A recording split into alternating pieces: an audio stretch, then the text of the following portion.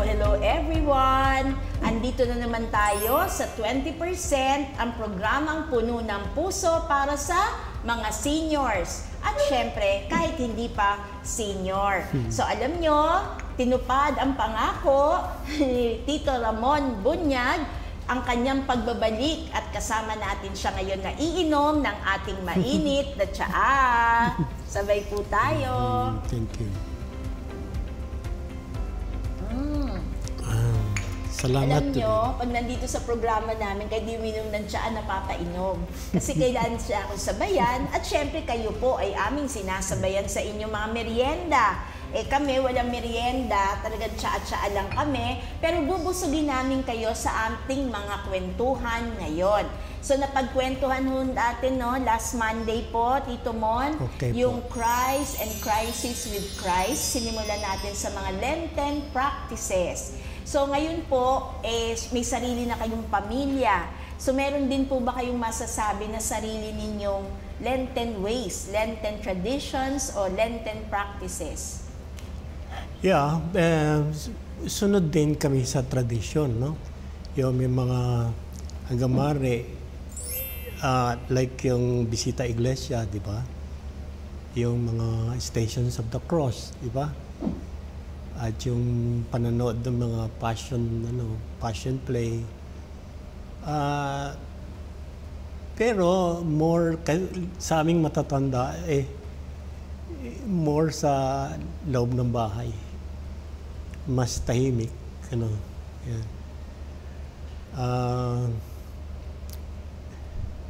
Okay lang sa bahay. Kasi siyempre, matanda ka na, tapos naramdaman mo yung mainit na, ganyan.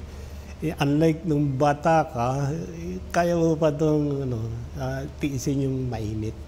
Pero pagka ganitong mga edad na may kondisyon pa, mas gusto mo yung doon sa bahay na mag-reflect.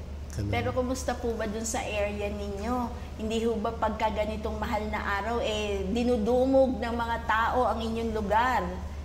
Ay, totoo po yun. Pero salamat sa Diyos, hindi naman dumadaan sa harapan namin. Meron silang ibang way. Pero totoo po yun. At nakakalungkot din na sabihin ko sa inyo na yung mga pumupunta, umaakyat sa Tagaytay. Sorry po, no offense intended. Sila okay, dumadaan sa mga churches, pero diretso rin minsan yung iba doon sa beach sa Batangas. Dadaanan no? Dadaanan. So parang hi, hello na lang kay Lord. Okay lang kung dadalhin nila sa beach yung Panginoon, yung pagre-reflect doon sa beach. So mga lolos and lolas, hindi tayo talaga, no offense meant, pero napapagkwentuhan po kasi natuto tayo no, sa mga sinauna na tradisyon na nakatulong sa atin ngayon. Kaya tayo rin mga lolos and lolas, hindi naman masama po na ipasa din natin sa susunod na henerasyon natin kung ano yung sa tingin natin ay mas makapagpapalapit sa atin sa Panginoon. Kaya wag tayo, baka mamaya kasi dito mo tayo mga promotor no, ng pagsasabing ka na, beach na tayo. Ay, totoo po yun. Totoo po yun. Nakakalimutan minsan, hindi pa tapos ang mahal na araw, hindi sa Good Friday natatapos iintayin pa natin yung Easter Sunday. So may tayo, Easter waiting. Kasi mga excited, gusto Easter agad Oo nga sana nga ang mga bata ngayon may panahong makipag-usap sa ating mga matatanda. Kwentuhan, ano naging buhay mo nung bata pa kayo, ano yung mga kumbagay istorya ninyo sa buhay. Sana yung mga bata pang ganon na interesadong makinig sa kwento natin. At para sinasabi mo nga na mag-continue yung past namin sa present at kung kayo naman ay tumanda na, naging senior na rin, mayroon ding makikinig sa inyong mga bata at ipasa na naman sa susunod na henerasyon. I don't know. Siguro naman nangyayari yun sa ibang pamilya. At siguro naman marami din ganun. wala din naman natin alam kung ano yung statistics, di ba? Yes po. Okay. Pero hanggat tayo nandito, may time pa sa kwentuhan, kayo ho ay sumusubaybay, ibig sabihin, part pa talaga ng rhythm ng buhay nila yung magkwento, makinig. So kung ano man ang napapagkwentuhan natin, ay may mga kwenta naman ang ating mga kwento.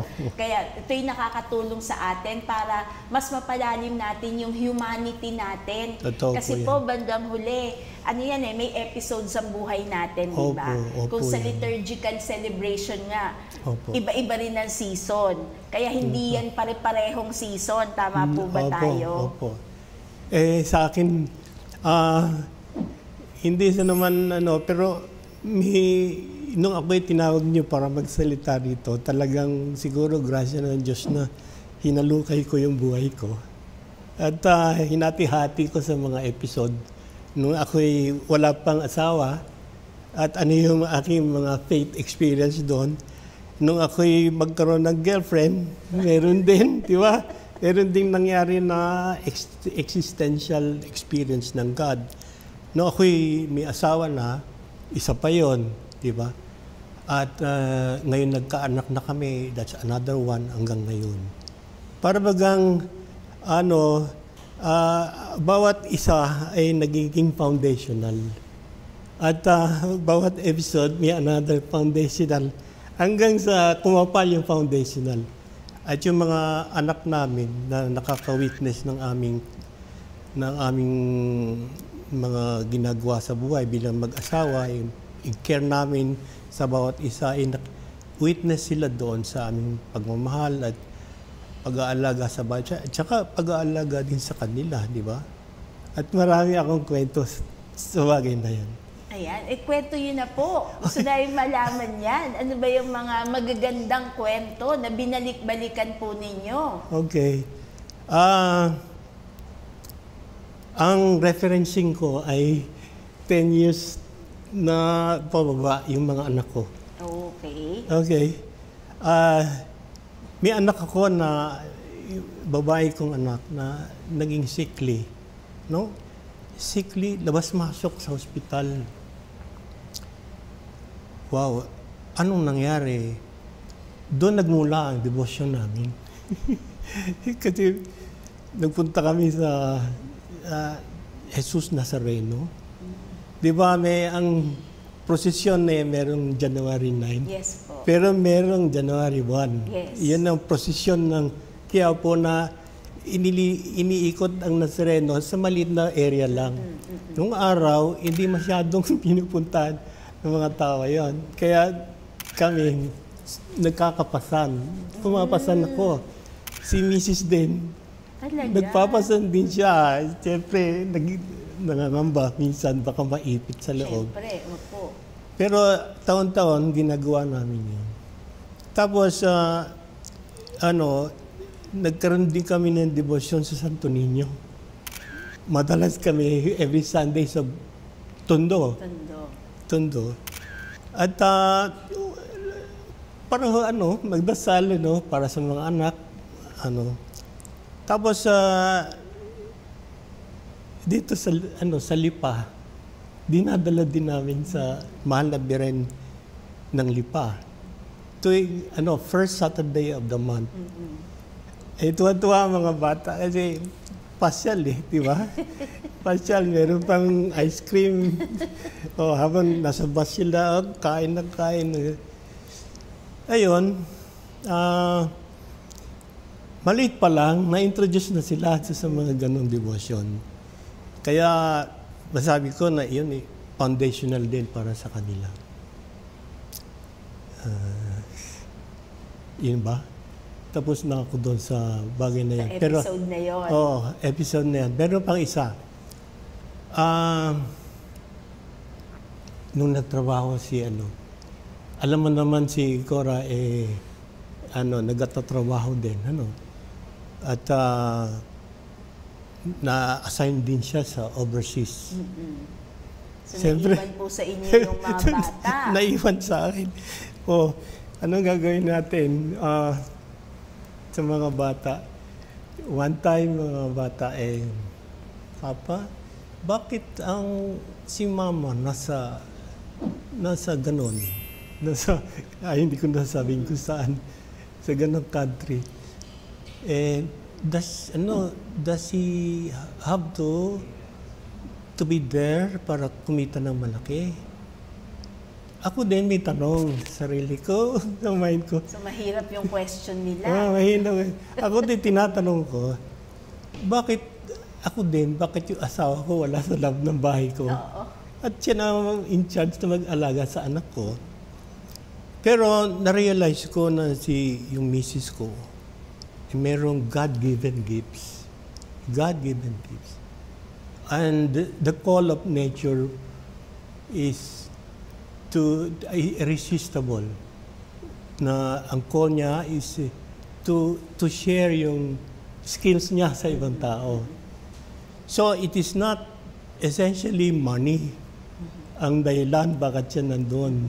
Although, siyempre, okay lang din yun. Pero, it is yung compensation na tinatanggap niya is just a natural consequence ng kanyang trabaho. Yes. Iyon.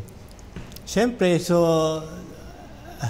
Nakuha po ba sa paliwanag ang iyong mga anak habang nandun sila sa stage ng pagtatanong na yon? I think so and I hope so. Kasi tahimik na sila after that. Payapa na sila. Wala na maingay sa loob. And then, siyempre, sa araw-araw, for 2 years, nandun doon si Mrs. Ito naman, si Mrs. just to make sure lang na nandun pa kami, tumatawag yan araw-araw. Talagang nagtsatsagang kausapin kami, kamustahin. Tsaka gusto rin niya, at gusto rin namin na ma-feel namin yung sense of family, even if there is a distance apart, no? Well, yung pang-araw-araw natin, yung pamumuhay, di ba? Ang anak ko mga anak ko nag-aaral sa Katipunan. Lahat na yan. Sabay-sabay nangyayari yun. Sabay-sabay yan. Dala-dala ko yung sasakyan namin. Iba, yung dalawa kong anak, may ibang schedule.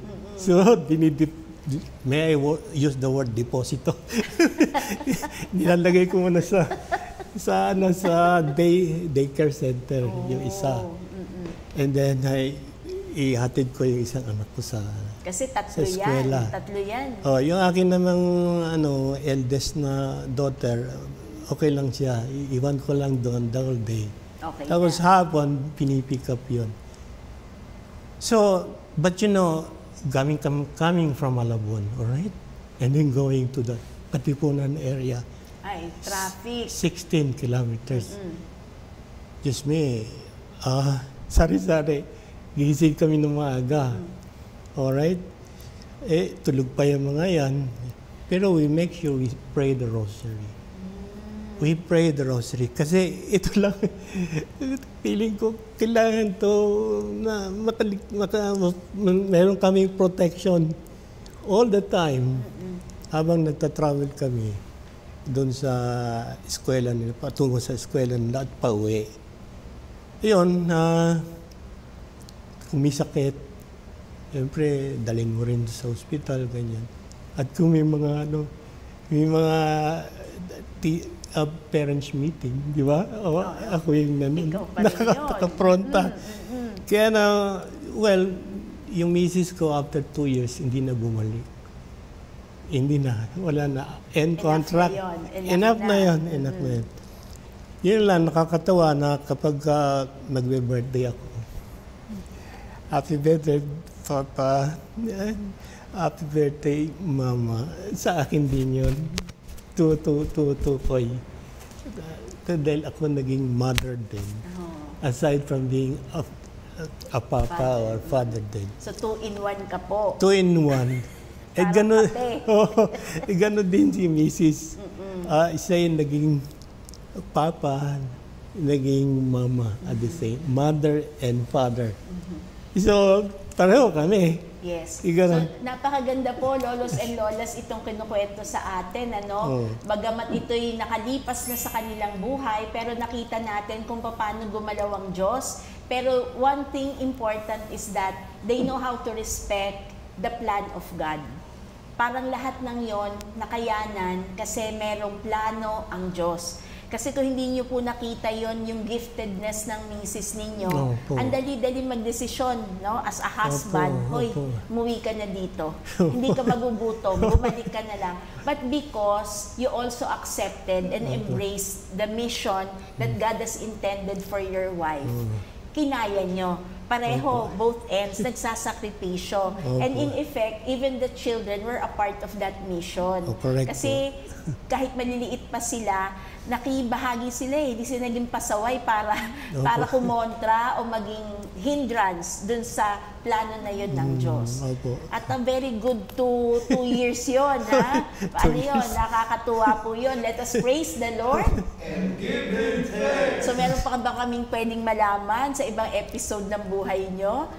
Pero tignan nyo ho, kalalaking tao ni Daddy Ramon, yung rosary ang naging sandata.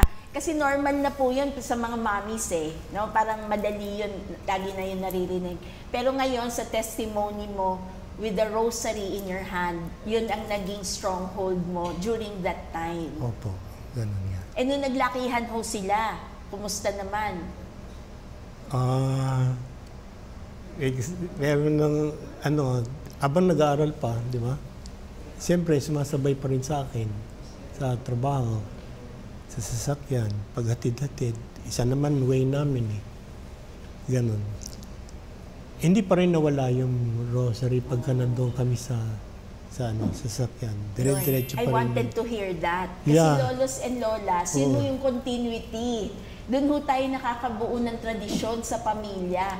Yung constancy and consistency. Tama po ba, Tito Mon? So hindi yun dahil nakaahon ka na dito sa plea mo during that time, tapos na, tinuloy nyo pa rin. I think it's the nature of who you are. Kaya nagko-continue. Yung what you have started, you tend, without knowing it, without being aware of it, kinu-continue mo. Hindi mo alam yan, pero kinu-continue mo, yung practice na yan. And which is good. That is parang, wow, minsan tatanungin mo sarili ko, nasasaranungin ko sarili ko, wow, God is really true. And totoo, He's the one working for us, kung tutuusin, ano? Siya yung tinatrabaho niya eh. So, co-worker lang tayo kung tutuusin. Parang buhay na buhay ang kamay ng Diyos sa amin from day 1 to up to this day. Parang ganun. Tito Mon, meron akong gustong-gusto nang itanong eh. Ano? Yung kumusta yung in-laws mo? Ay, okay naman po. Kasi parang natatandaan ko talaga, yun ang nabaon-baon ko na very close ka sa iyong mother-in-law. Ay, opo. Hanggang sa magkasakit siya, ako po nag-alaga. Kasama ko po yung aking anak na dalawa kami nung panahon ng pandemic. 4 years sa halos. Namatay si nanay ng 2023. At the age of 92 yata. Uy, 92. Sisigaw tayo. Na. Let us praise the Lord. Kasi yung umabot nga lang po ng 60. Magpapasalamat na sa Diyos. Pero siya nakaabot ng 92. At natawid niya pa yung pandemya, ha? Kasi sabi niyo 2023 na siya eh. Nag-pass on. Yeah, pero humihina ng katawan niya. Opo. For medyo madugo na yung mga pag-aalaga. So talagang hands-on po kayo. Oo. Hindi ko maintindihan, pero sa sarili ko lang. Kung titingnan mo ang nanay, as nanay, it doesn't mean anything. Nanay na matanda, nanay na payat, nanay na gano'n ang damit, gano'n. Pero nahiya ako because kilala ko si nanay. Kilala ko yung naging sakripisyo niya sa mga anak. From the day na nagkilala kami ni Cora, nakita ko na yung hirap ng nanay sa kanyang pamilya. Talagang on hands siya sa mga anak niya. So sa akin parang my great mother-in-law. I call her sa aking prayer, always my great mother-in-law. she was an embodiment of inner strength. She was an embodiment of solid faith. At saka, she was the embodiment of unity. Because nandun pa ang nanay, ipon pa yung mga anak. Yes. Ipon pa yung mga anak. Kaya, I cannot reject yung bang call of duty na alagaan siya. Nahiya pa nga ako kasi marami akong kasalanan sa'yo. Nanay, hindi ako masyadong nakatulong sa'yo. Ganyan, no? Ikaw'y bata-bata pa. Pero sana patawarin mo ko. Ganyan. At yung bagay na nagawa ko sa'yo, sana okay na rin para sa'yo. Nako, Tito Mon, pinapaiyak mo naman ng mga lolos and lolas natin, titos and titas, kasi very rare. No? One of a kind ka po, Tito Mon, as a son-in-law. Madalas yung mga ganyang kwento, daughters-in-law. Yan. Yung mga gano'n, yung mga manugang na babae. No? Madalas yan, parang common yan.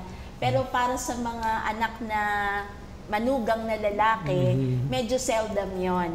Kaya saludo ako sa iyo po at napaka-humble mo to share that piece of you to our viewers. So I'm sure ang mga wishes ng ating lolos and lolas, sana son-in-law ka rin nila. Bihirang-bihira. Pero sabi niyo po sa kwento niyo kasi nasaksihan mo nung kalakasan pa niya, kung ano siya, kung sino siya, yung pagkatao niya, and you admired her for that. Kaya yung panahon naman na siya na yung kailangang alagaan, ayun naman, you took on the role. Pero hindi pa rin yun madali. Kasi mas madaling magbayad ng caregiver kaysa mag-hands-on. Pero tayo sa mga kwentuhan natin in the past, kahit may taga-alaga pa, ikaw talaga yung hands-on. Iba po yun, no? Para rin sa pag-aalaga sa mga anak, no, maliliit ho yan, di ba? May yaya, pero andun ka. Paggabi, wala na yaya, ikaw na talaga yon. Pag umihi yon, pag nag-change ka ng diaper, nung araw, lampen, hindi naman disposable diaper, di ba? Pagka-change mo nun, ibababad. Otherwise, papanghiyan, di ba? Pero yung ginawa niyo sa inyong biyenan, no? I'm sure talaga namang pinataba niyo po ang kanyang puso at mukhang kaya siya umabot ng 93. Tama ba? 93? 92 po. 92, dinagdagan ko na isa. 92 ay dahil sa pagmamahal na binigay nyo. Opo. Katulong ko po rin yung aking anak na eldest ko. Yeah, siya actually yung head nurse.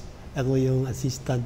Siyempre, ako yung nagbubuhat. Mabigat si nanay. Tama po. At kung may mga bed sores, yun, kailangan mo siyang italikod, igulong-gulong para makahinga yung likod, yung sugat.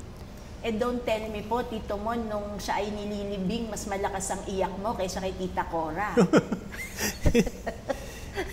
At mapapagkamalian kayo ng pare, ikaw ba ang anak? At ikaw ang malakas ang iyak? Hindi naman po. Kasi alam namin na welcome na siya sa langit. Welcome na siya sa langit. Ang mga taong sanay sa hirap, hindi na nahihirapan hanggang sa huling sandali. Kasi meron na siyang kasanayan. Sanay na sa mahirap na buhay. Kaya nga yun yung maganda sa mga madalas magsakripisyo. Yun din ang kagandahan sa mahirap ang buhay. Sanay sila. Unlike yung minsan, kung mayaman ka, ay, hindi mo alam. Comforts of life. Nagkaroon ka lang ng kaunting sakit. Ang sakit. Hirap. Kaya kung magkasakit, mamamatay na, aray ko po, ano pa to? Kung ano naiisip, nagiging magulo. Ang mga taong sanay sa hirap, ang kamatayan, hindi, baliwala na. Parang transition na lang po, Opo, tatawid ka na lang. Hintay na lang, transition period. Tawagin siya ng anghel niya. So nakakatigatig po, no? Tayo hindi natin alam ano yung endpoint natin. Pero itong pamilya na binaong kwento ni Tito Mon sa atin ay nagpapaalala sa atin talaga sa diwa ng Lenten season, yung pagpapasa ng krus ng ating mahal na Panginoon. At very surprising na dahil dun sa pagiging sakitin ng inyong anak ay naakay kayo dun sa different devotions ninyo, tulad ng mahal na Nazareno, ng Santo Niño at ng ating mahal na ina. Kaya talagang kapit lang talaga sa Panginoon, no? At sabi nga, may pinagmumulan, may dinadaanan. Kaya yung ating patutunguhan ay hindi naman hanggang dito lang, Tito Mon. Opo. At saka tandaan ninyo, ang buhay kailangan kabisado nyo.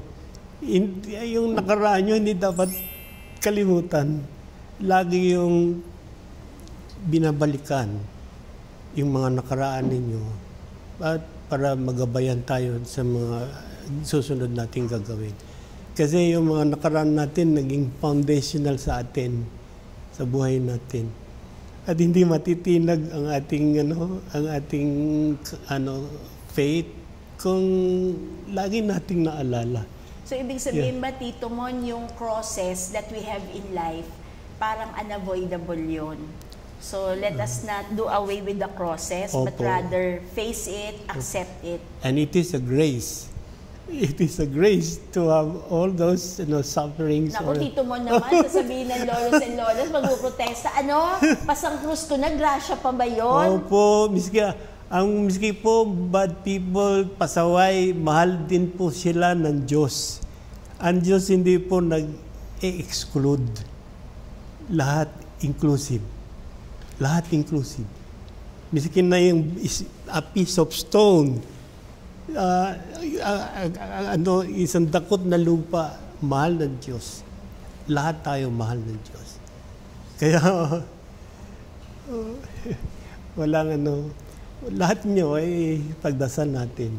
Amen. Ganon. So alam ninyo, gusto ko ring i-share sa inyo yung kung ano sinasabi sa Psalm 61 verses 1 to 4. Para itong panaghoy parang humihiling sa Panginoon, no? Wow. Nagpe-pray siya. Ang sabi niya, "Hear my cry, God.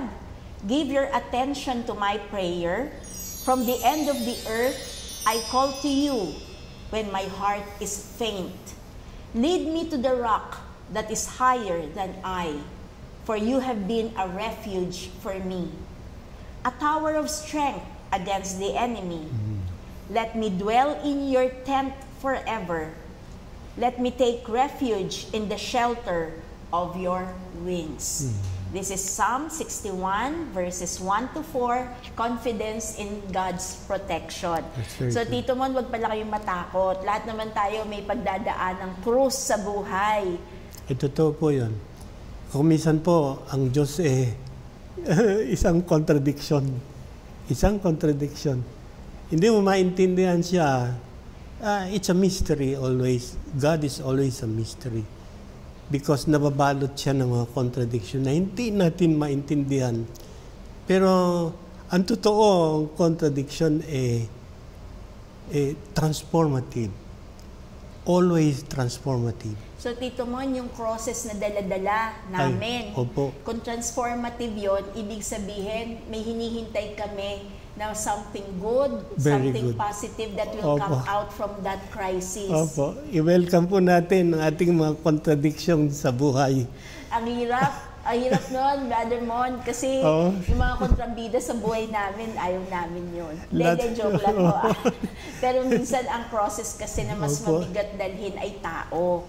Diba? More than the financial problems, diba? Mga kung ano-ano, ang mabigat ay pagtao. Kaya siguro hand in hand, sama-sama together sa pagpapasa ng krus ng bawat isa. Let us just trust the process. The process of God. Let us just trust. Makinig, grasya. Trust the process. Gusto namin shortcut. Dito mo, shortcut kami. Gusto Easter, hindi dadaan ng Good Friday. Kaya minsan, mga lolos and lolas, we have to remind you po, dadaan tayo talaga sa Kalbaryo. Opo. Well said po. Sige po, Tito Mon, thank you for this opportunity na na-share mo sa amin, lalo na yung mga personal part ng buhay mo. But we learned from that so much and from your insights na nakabagabag ng aming puso para kami ay mas magising, mas maging mulat dun sa mga possibilities ng grasya ng Diyos. Opo. Any parting words for our audience? Oh, narinig naman po ninyo yung mga sinare ko. Basta't huwag lang po tayong matakot sa mga contradiction natin sa buhay. Malungkot kayo o kaya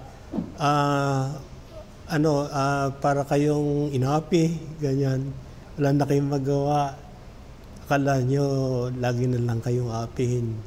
Lagi na lang kayong parang ganon. Pero tanggapin lang ninyo yun. And may maraming magandang bagay ang darating. Always think na yung contradiction ng Diyos, merong patutunguhan. Sabi ko nga, it's transformative. Hindi natin alam kung ano yung mangyayari in the future. Let us just trust the process. And we'll be at peace.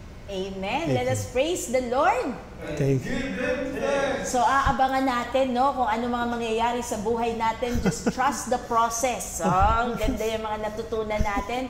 Thank you so much, Tito Mon. Hanggang sa uulitin, hanggang sa muli. At maraming salamat. Pero syempre may closing prayer pa si Tito Mon para sa atin, para ma-enlighten tayo. Anumang krisis ang dadaanan natin, pero ang tunay na liwanag ay walang iba kundi ang ating Panginoong Hesukristo. Sa ngalan ng Ama, ng Anak, at ng Espiritu Santo. Amen. Amen.